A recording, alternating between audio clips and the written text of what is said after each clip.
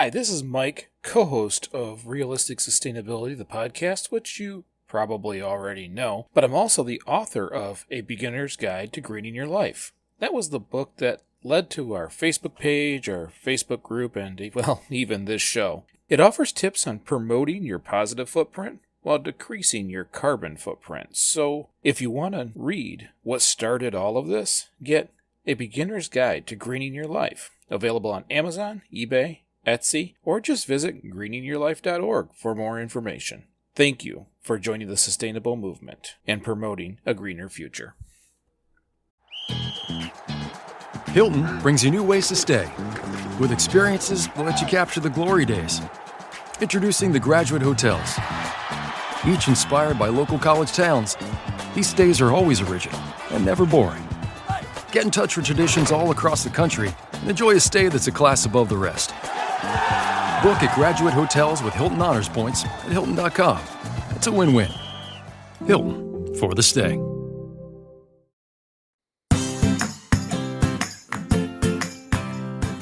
Hi, and welcome back to Realistic Sustainability. I'm Mike, and I'm here with Nick. Hello, brother. How are you today? I'm good. I had a wedding drop-off in Vermontville, if you know where that is.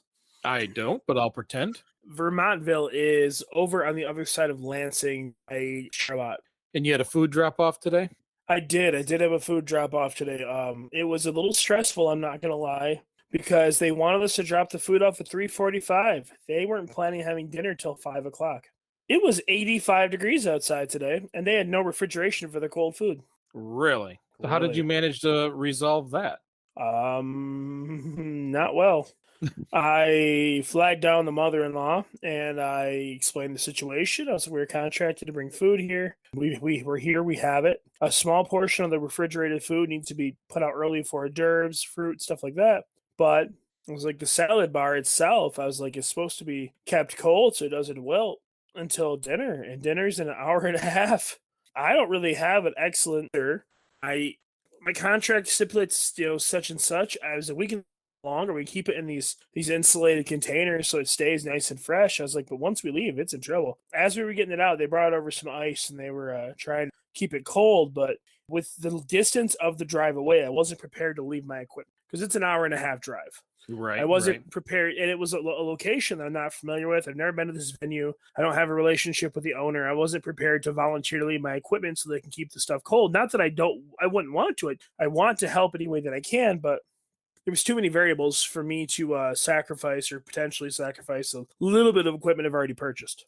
Gotcha. So was everything okay, or did they get it all figured out?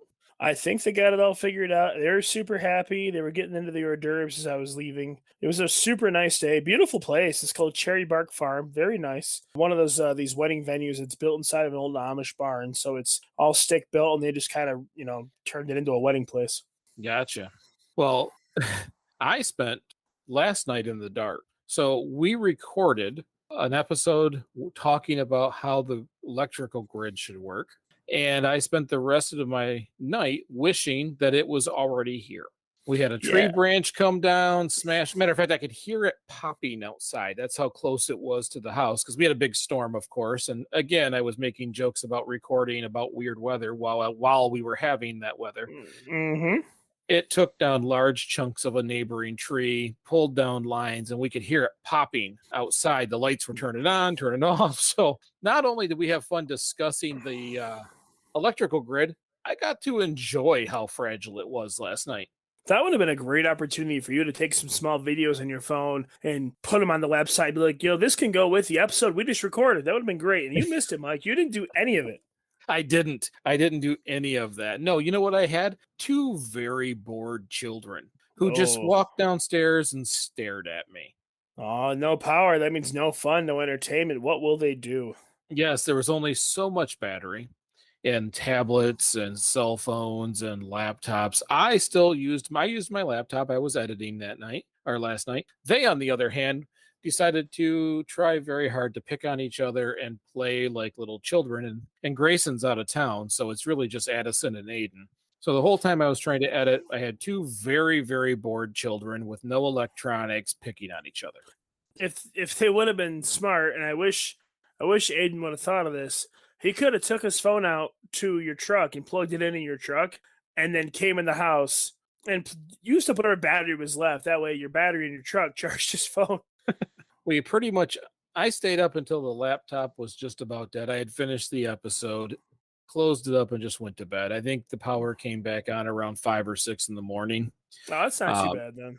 I found Addison camped out on my bedroom floor. According to her, she was scared of the dark, although she doesn't use a nightlight. So there really is no difference from having power or no power, except for she usually has the home assistant playing a podcast while she goes to sleep. She usually listens to the Myths and Legends podcast while she's going to sleep, her stories. No. So not a perfect use for your phone.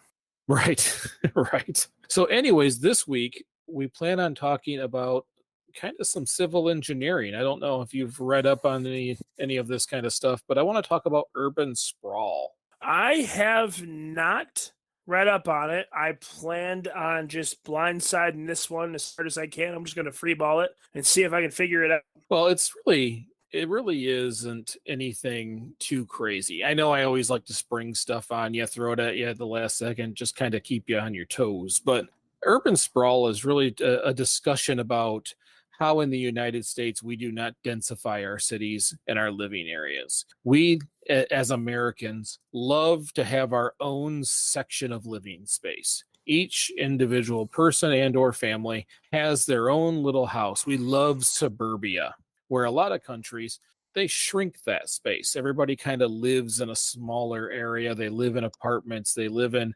the cities grow vertically and not horizontally like they do here. Yeah.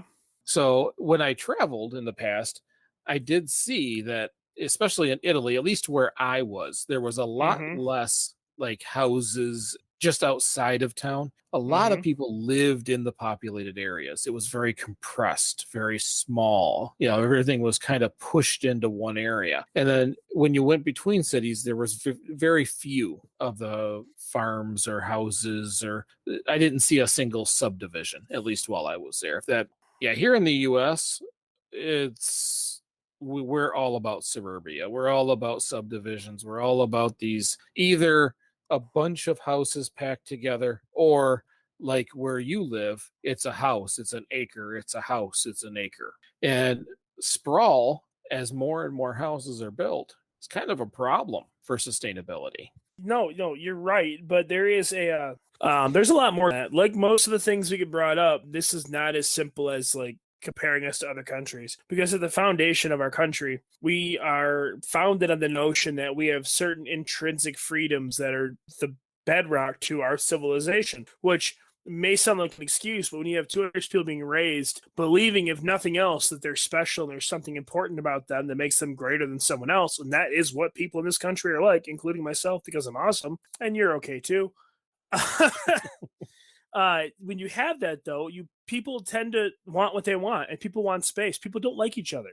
Some people do, and in small doses, people do. But on average, people don't want to be near neighbors. They don't want to be, stacked on someone else. They want their own things. They want their own space. They want their own quiet, peace of mind, if you will. Sometimes I very much agree with that. Sometimes I want to just go into the woods and vanish. Other times I miss being in the city because I like the culture, and I like having everything so close by and ready at hand. But I think it's a culture thing. I think it's based solely on the notion that when you're raised believing certain things, when things are programmed into you at such an early age, you just grow up with a different set of ideals. Now, with that being said, there's another thing you want to look at with this is you look at like the history of the way cities are built.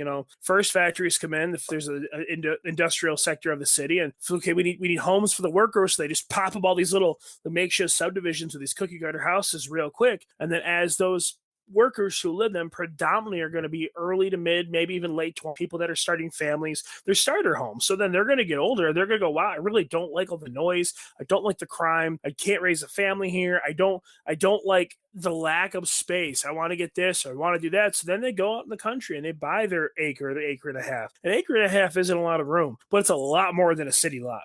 Yeah, and it's a lot more than what most people across the world live on. Yeah, so I guess what I'm saying is I understand.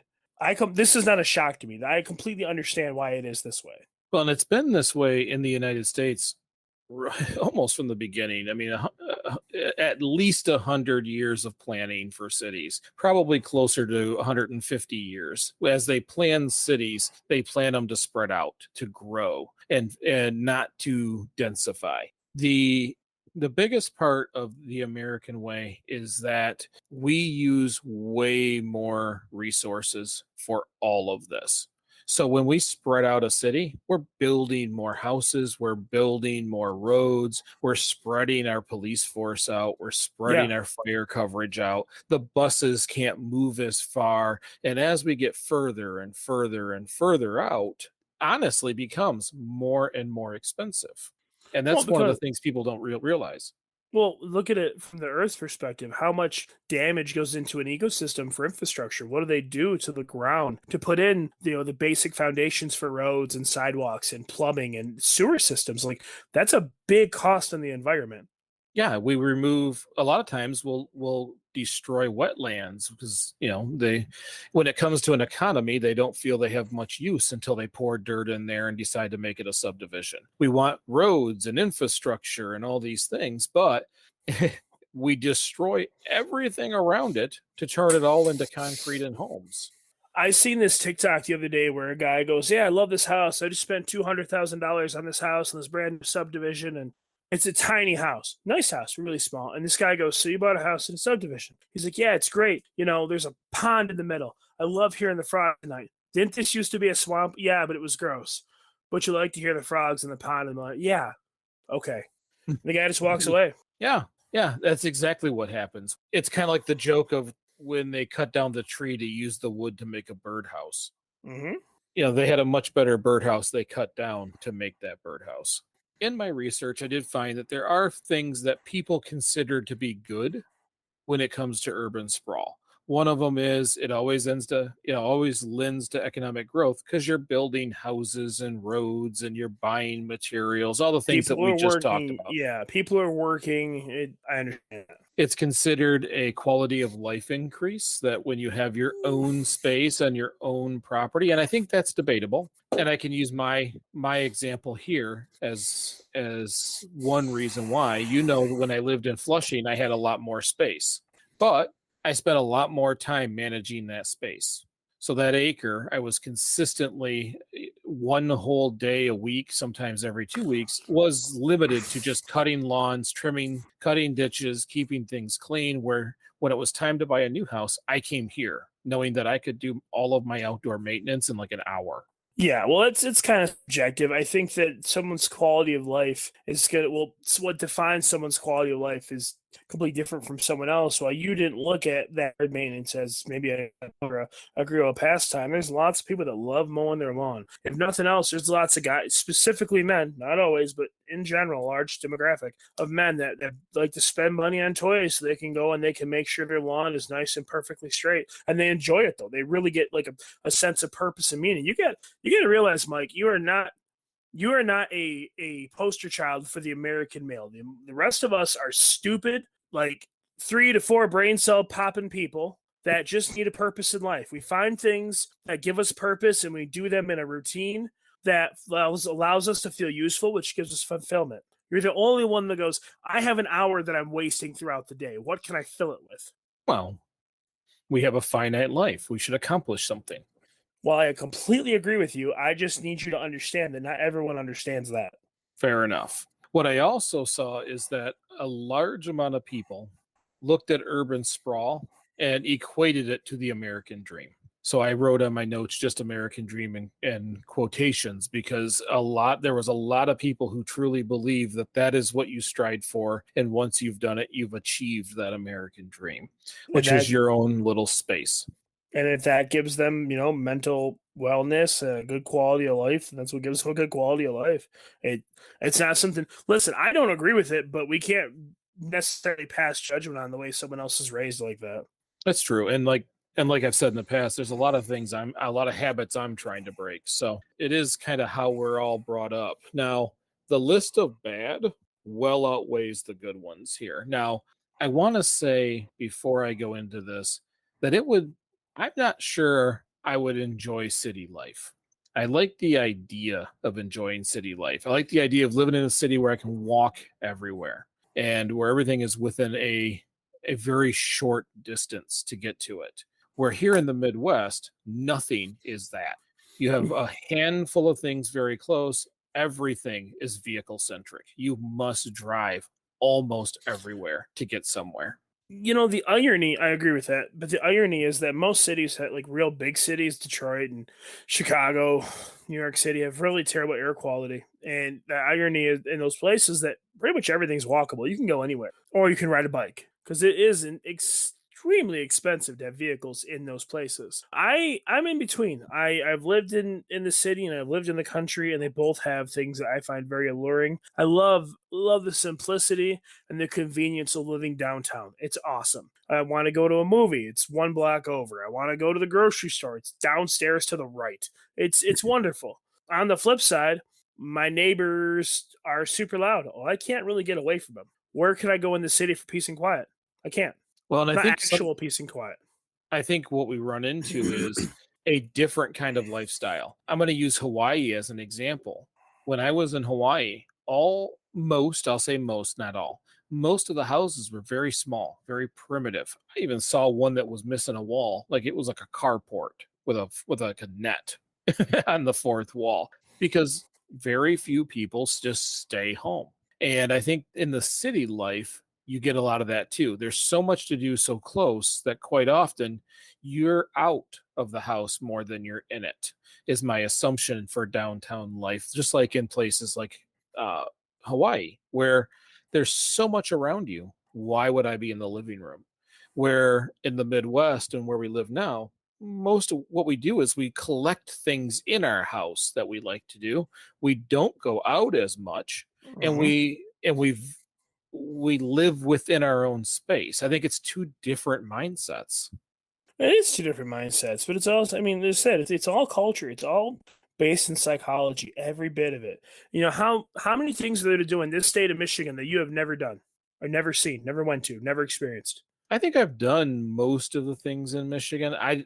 If I haven't, it's because I don't know they exist, is probably what it is. I've been to Grand Rapids a bunch. I go to Detroit. I've been up north to a lot of the sites. Okay, how old are you? I am 45, and I'll put a disclaimer in here that says I didn't do it until I met Jameson. Okay, she is an adventurer. Well, that's where I was going with that. Like, you're 45, which means I'll be 35 this year because we're 10 and a half years apart. And I've lived here my whole life, most of my life, and so have you. There's things to do. They're not close. They're not like, a 2-minute walk away, but there's things to do in the state that are absolutely gorgeous. Yeah, maybe it takes a little bit of driving or a little bit of time to get there, but there are things you can do that don't involve being stuck at home. Well, but that's the difference between the city life or condensed living situation versus our Midwest sprawl. When Dr. Lee from the University of Michigan moved here from Seattle, it was the one thing that he could not get over, is how he could not go anywhere meaningful on a bicycle. Everything required his vehicle, and it bothered him so much. Unless he came into downtown Flint and then brought his bicycle there, then he could ride places between classes. But almost every place that he wanted to live did not include that kind of mobility. No, I agree with that. And there's lots of places that are just, not that you can't ride a bike, it's just a long ride. And a lot of places, because it's such a long ride, or because riding a bicycle is more of a leisure activity instead of a normal part of everyday life, it's not something that is accounted for in infrastructure and building designs for cities and towns or maintenance upkeep. I can't think of 3 roads in Montrose that have a bike path on them. Well, and that's one of the things that we're trying to change here in Durand, is if you build that infrastructure, it will get used more. Because one of the things that happens when you have large suburbias is it adds a tremendous amount of traffic. Yes, downtown has all that traffic, but how many of those people lived downtown? How many came into the city for work? It is those suburbias that have to have the vehicles. They don't have a choice. There isn't a bus stop out there where there is in the city. And where 70 people can get on a bus, that means in suburbia, those 70 people have to drive. Yep. And that's part of your city air quality problem, is that because a lot of the people who live in the city have a bicycle, they walk, they have a short ride to work, they take the bus or the tram or whatever they have. Where the people who live outside the city are driving in. When I was in Turin, Italy, As soon as it hit 9 o'clock, these pillars came up. The city was closed to vehicle traffic. Really? All of the parking lots were outside of the city. And if people would drive and park there and take their bike out of their car and spend the rest of their day using the bike. Downtown Turin has these huge cement pillars that come out of the ground and block the roads. There is no vehicle traffic during business hours in downtown Turin. Wow. That's really interesting. I didn't know that. And you know what it does? It creates foot traffic. It takes a large city and puts everybody on their feet or on their bicycle and in front of every shop instead of the cars. Now, granted, Italy, everything is tiny. The roads are tiny. There's very little parking. So there is other reasons. In the United States, we have an addiction to concrete and asphalt. We want to pave every flat, unused surface. You have to pave it. Otherwise, the Dollar Generals aren't going to grow there. It's almost like if we see nature, we must destroy it because it is horrible. That's why here I spend a lot of time trying to convince people we need less parking. We have more parking spots than people. We don't need that. We need mobility. We need accessibility. We need people to have a couple of spots where they can park and then walk from place to place to place. I agree with that. So one of the things that's a problem with urban sprawl is it creates long distances between where you live, where you shop, and where you work. Yeah, that's a lot of embodied energy and the fuel and stuff, and it's terrible on the environment going place to place to place. And every day, not only do you use the fuel, do you require the car, but you also lose. One of the great things about staying home for COVID and working from home is I don't lose 2 hours a day. I was working an hour from home, 48 minutes with good traffic. Mm-hmm. And that means I have an additional hour and a half to sometimes 2.5 hours, because on a Friday, going north on 75 here, where everybody is on their way to their vacation spot, really can slow me down coming home. Oh, it's terrible. I get all that time back. I get all that time with my family. And if you lived in the city, you would hop on a bicycle. There is no traffic jam when you have a bicycle, and you would get home, and you would be home just as quickly, if not quicker. So when you live in suburbia, not only do you pay a lot more to have your own little space, but you lose time because of things like that. I agree. You lose time. One thing I was thinking about when you said that is what I had noticed is a lot of times the big headquarters for companies, like large companies, end up being in these really densely populated business cities. But when they were being built, like a lot of these towns started off as small towns, and then businesses came in because they were cheap. Then they exploded. And it's great when things thrive, but at the same side, then it goes right back to the problem we have and what we're talking about. And it's frustrating as someone like just working in Flint. When I worked in Flint, my truck would cost me $10 per way every day to go there. So $20 a day in fuel just to go to Flint and back adds up real quick. And it's $600 a month in gas if I worked every day. Oh, plus That's you painful. have completely different insurance rates from apartment to a house. There's all these costs. Your electric and energy bills are dramatically different. When you have an apartment or a small space, it doesn't take nearly as much heat or air conditioning to be comfortable. And your light bill is almost always at least half as much as a full house. I have a house with 5 people. I think there's maybe 2 people that know that the switch has 2 directions. Okay, that's funny. I get home sometimes and it looks like a Hallmark card. Everything is lit up. Nothing's missing. And with the attic now being an office, it can be all the way from the basement to the attic, all turned on. Well, I mean, no one wants you to miss your house. Well, I don't, for sure. And as you brought up, we destroy wildlife. We push it away. We shove wildlife further and further out the farther we grow out. Yeah. Your frog's comment there. Well, no, but you're right though. I did say that, but it's just the way it is. And I'm sitting here thinking about the notion of I love the idea of owning land. I do. I like the idea of having space. I don't have any reason to have the land. Like, for instance, a friend of mine has 30 acres. They live on the first 5. He's got trails. He rides his 3-wheelers down through the back of it. He's got a pond and a river and stuff that runs to the back of his property. I really think his property's nice, but it's not that there's any particular reason. It's just other than the trails he rides, it's untouched. It is the way it is. And at least untouched, compared to what we're talking about. So last time we were over there, we were riding down the trail on the other side of his property. There was 20 or 30 deer just running through the backfield. It was really nice to see that kind of stuff. It's nice to see nature be nature. Well, and at least that's preserved in that scenario, that it's not being developed, but they're paying for that. That is, we have to make decisions on our resources, and I know that when Jamie and I retire, when we go, hopefully, to the big island of Hawaii, which is the nature island, a little bit cheaper, a little more calm, that we will be able to live very small. We will be able to find a very small place because we'll do everything outside. We'll do everything somewhere else. We'll just come home in the rare occasion that it rains or when I need a shower and go to bed.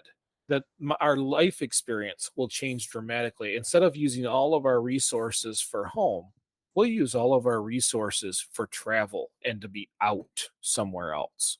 It's a good idea.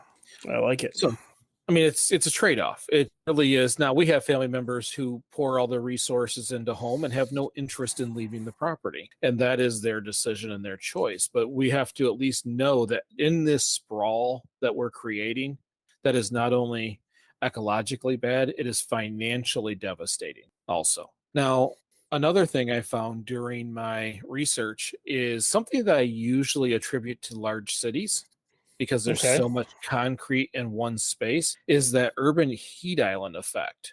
Well, in suburbia, we're laying more and more concrete, more driveways, more roads, more walk space. We're leaving less and less and less green space. You get this tiny pond, 2 trees, next house. Yep. And what it's doing is raising the temperatures around those areas. That you can see temperatures that jump between 5 and 15 degrees Fahrenheit just because there isn't cooling agents around. Trees are a cooling agent. Even just if they would have painted the road white, it would have been better. It just absorbs this energy, creating such a hot space in all of these concrete jungles. That's why I think I'm a fan of, like in the cities, you do green space rooftops, green space on top of bus stops, any place where you can give some kind of cooling agent. Plus, there's no place for bees to go. There's no place for any pollinators to go. You start creating this food desert for nature, which is going to continue the cascade of losing species, or at least shoving them out of areas, making it very challenging to pollinate. I completely agree with that. And one of the things I noticed the other day, and I've been trying to find it online to find information on it, but I can't. I don't really know what it's called. I was going to a Kroger, and I noticed that up inside the letters, there were like spikes, big 3-inch spikes inside of the O and the G. And I've been trying to figure out why, whether that's something for people or for animals to build nests around, or if that's their attempt to stop them from building nests in there. That's exactly what it is. I found that to be really it really bothered me. Yeah, that's and I saw it for the first time in an airport, and I'm not kidding, inside of an airport, because in Hawaii the airport's like a carport. There's no walls. Yeah. And the TVs that were there had those little wire spikes. And that was to keep birds from landing on them and then, of course, pooping or building nest in those areas. So what you're seeing in the letters at Kroger are anti-bird devices. So they don't make homes where they used to live. Well, I don't like that. It was not very happiness for me. I was very upset. Sean, if you're listening, I know that sounded ridiculous. It was meant to. Okay. Well, there's other infrastructure mistakes when it comes to urban sprawl. First of all the yards are designed a certain way to run water away from the yard. So every time we have large rains, it's all designed to shove it to the street, wash the street of all of its oils and garbage and everything that is there. Right into our drinking water. Into our drains, where some of that will go off to be conditioned for drinking water. But when there's too much, it just diverts into a river. So all the antifreeze, anything you've ever dumped in a street, any garbage, glass, whatever it happens, it just washes down and ends up either conditioned in your drinking water where they have to pay to take it all out, or run it through the local rivers and streams, or fall into your lake nearby. Yep. So that is a big problem with water runoff because the more houses you build, the more water that goes, the less capacity you have, and the bigger mess that it creates. Part that I think is really funny about that whole thing is that those properties, at least the ones in subdivisions, are built like you said for water to run off. But to do that, they have to bring in and develop thousands of yards of soil and dirt because a lot of times they, like you said earlier, use wetlands for this stuff, and then they go and they put a pond in the middle. I don't know. It really bothers me. I hate it. It drives me crazy. A lot of times they'll use a what you see as a pond or a man-made pond It's is runoff. their drainage Yep. retention pond. Yeah, I got my first interaction with those.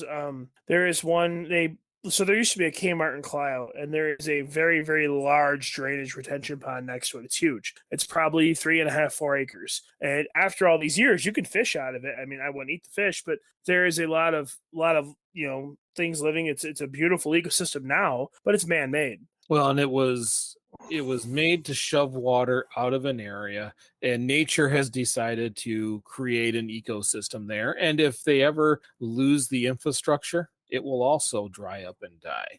And Hmm. so it can be a dangerously temporary ecosystem. A couple other quick things before we move on that I have problems with when it comes to urban sprawl. First of all, they're really expensive to maintain. Yeah. You're laying roads for miles and miles and miles. So how many times have you been in areas or cities where you're going, man, how come half these roads are destroyed? It Uh, takes a I lot of live money. I live between Flint and Saginaw, so 3 or 4 times a week. Yeah, exactly. There's forgotten areas where they just can't necessarily repair them like they need to be repaired. If we were densified, moved in closer, everybody was, a little bit tighter, it's easier to maintain those streets. Just Well, like we talked about the police and the bus coverage. Well, yeah. Well, I mean, you got to realize these cities blow up. And when I say blow up, I use it as the term for expansion. They get real big real fast. So, okay, we need more infrastructure. We got to expand over here. We need this over there. Okay, well, we got to increase taxes. So they do all this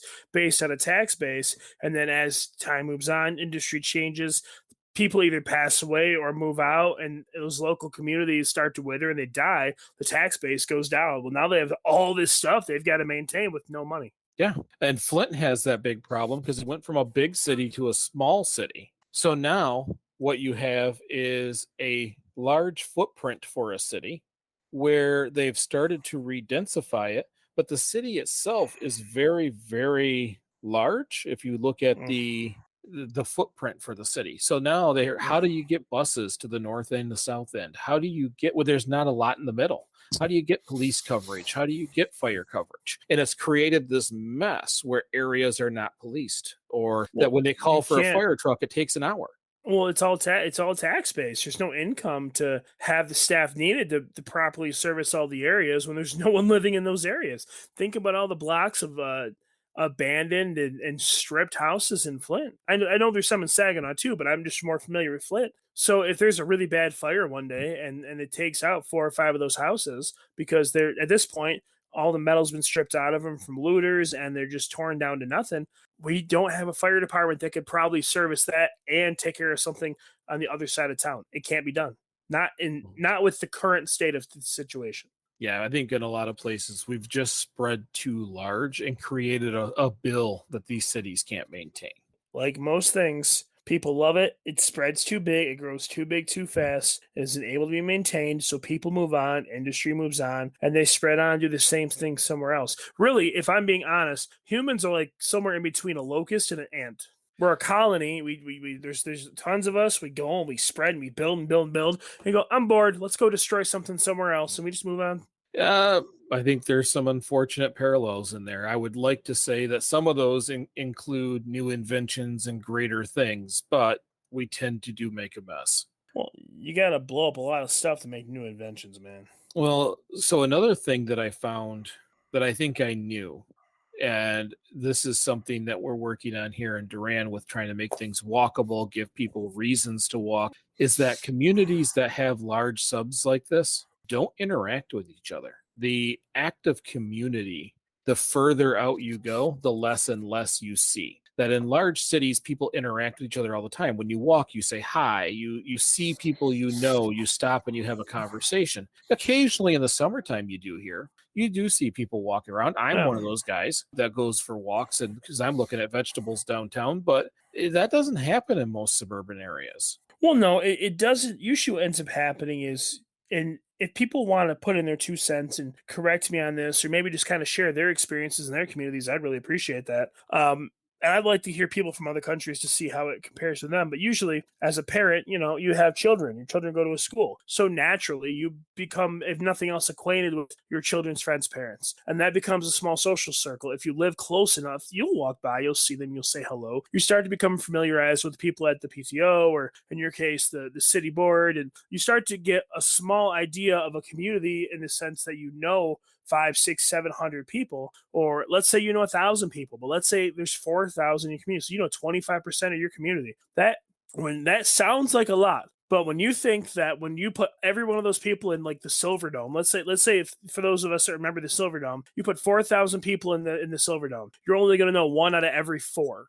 Mm-hmm. Okay, so that should put into perspective how hard it is to stay socialized with those communities as they get bigger and bigger. Montrose is tiny. There's 4,000 people that live here. I don't know anywhere near that. I used to feel like I knew every single person everywhere. Now I can go into the grocery store and I see dozens of people I've never met before. And I'm not saying that as a good thing. I mean, but it's hard to be a community when you don't know each other. Yeah, and when you're in a city and you spend time walking around, you're passing people, you're talking to people, you're running into someone you know, and they're introducing you to someone they know. You interact more, and not only do you lose that connection, because really what you're doing is hopping in a car and you're going somewhere. You're not doing the walk, which means that they're starting to show people in cities are much more healthy. They're physically healthier because they walk from place to place. They ride a bike from place to place, and they're not always in their car. What are you trying to say, Mike? That I obviously don't walk enough. Yeah, I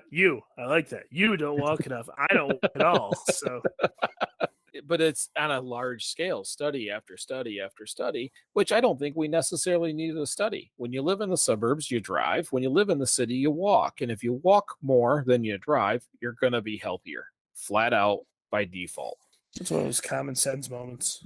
It is. So I started to think, how do you make it better? And in the United States, I'm not sure there's an answer for that because so many people care so much about their space and their home and the stuff in it that I'm not sure you really can say, hey, leave your 2 acres, go get an apartment, because they're not going to do it.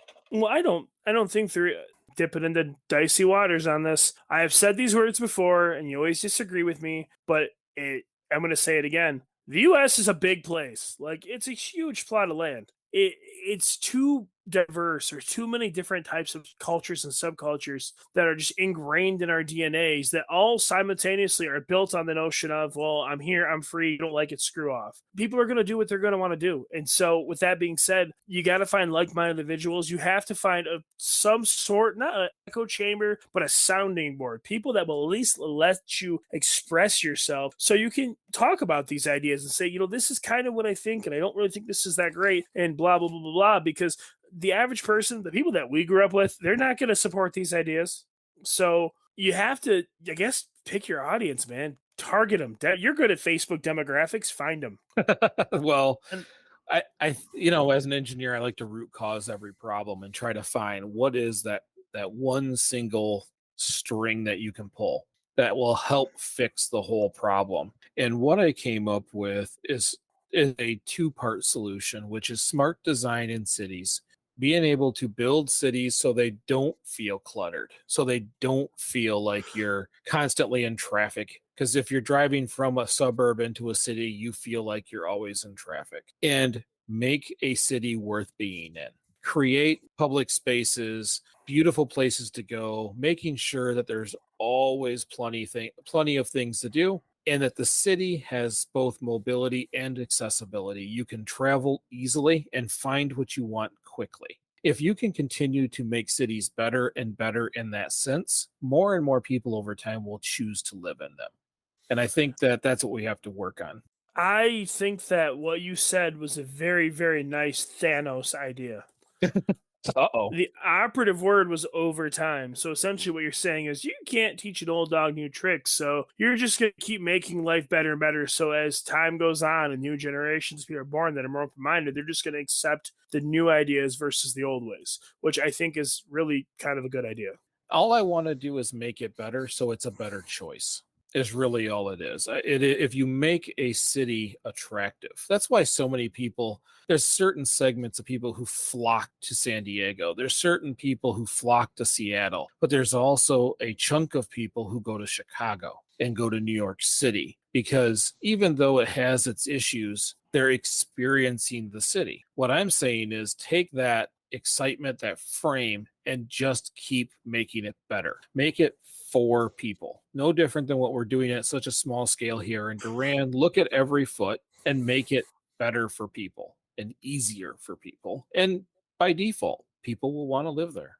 I hope you're right, because I think that there's a lot of, well, I guess I suppose one of the biggest draws to cities is the diversity for different types of people and things they like. You said San Diego. Well, really, any city, any large city in California offers a whole swath of things for people to come. Actors and actresses. If you're into the arts, that's one of the states that's just made for you. Even culinary. I mean, it's huge out there for food. So I understand that, to increase the quality of life in the city and the appeal, you're going to have to make changes. And I think that if you make the right changes, you will actually pull more. I don't know. You're winning me over. I like it. Well, and I think that generation after generation, because they are changing on their own, okay? There's a very big difference between Jamie and I. And as you get to Aiden, it's like a foot and a half. Well, other than height, but oh, sorry. She focuses on experiences. I always grew up that you work and you buy stuff. So I was the guy who said we needed the home, we fill the home, we have nice things, we have a place.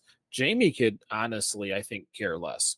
She wants to go do things and see things. Well, if you live in small spaces, kind of like the tiny house episode, then you spend less and you're capable of going to do more. And I think even by default, younger generations already see that benefit. They much rather take their $1,000 and instead of use it for insurance on a vehicle, they go to Canada for a week. They go to Florida for a week. They visit another country. They do something of some kind of experience. And that will help push people back into cities and densify them. If the people have that mentality, absolutely. I do think that there is something to be said about your generation because, and I'm not talking technically about generations per se, but in the 10 years there are between you and I, there is a very large difference in ways of thinking. Now, part of it can be based on and generation, a little bit can be based on upbringing, but the majority of it can be based on the notion that you're just older to have a different perspective than I am. It's not that I'm not going to get there. I'll get there when I get there, but we're not the same age. So it's unfair to say that it's all based on generation. You're just wiser and have more life experience than I do. And I'm using that as a perspective. I'm 34, you're 45. I like the sound of that when you say I'm wiser. Yeah. You can see the wisdom in your sideburns. Is that the color change? That's yes. Visual wisdom. Your wisdom is becoming powerful. Yep. So I think we've touched a little bit on some of the pros and cons, probably way more cons than pros, because that's the reality of urban sprawl. Yep. And so that's really all I had this week. Did you have anything in your notes that was beyond this? I drew a puppy dog. You drew a puppy dog. I always doodle while we talk. Well, then it is easier to have a puppy dog in the suburbs than it is a city. No. No? Kind of. I guess it depends on the size of the dog. All right. Well, that's all we have for this week. If you like this episode, share it with a friend or share it on social media. We greatly appreciate when you do that. Other ways to support the podcast? Well, you can become a monthly subscriber for as low as 99 cents on Anchor, or just simply leave a 5-star review on your favorite podcast platform. Those do seriously help us out, helps more people find us. So again, thank you very much for listening. And remember, all we have to do is get a little better each day. So the more we work at it, the better it gets. Little bit, big bit. I'm Mike. And I'm Nicholas. And we'll see you next week. I told you I'd have energy tonight, and I'm tired, but I'm trying to have energy.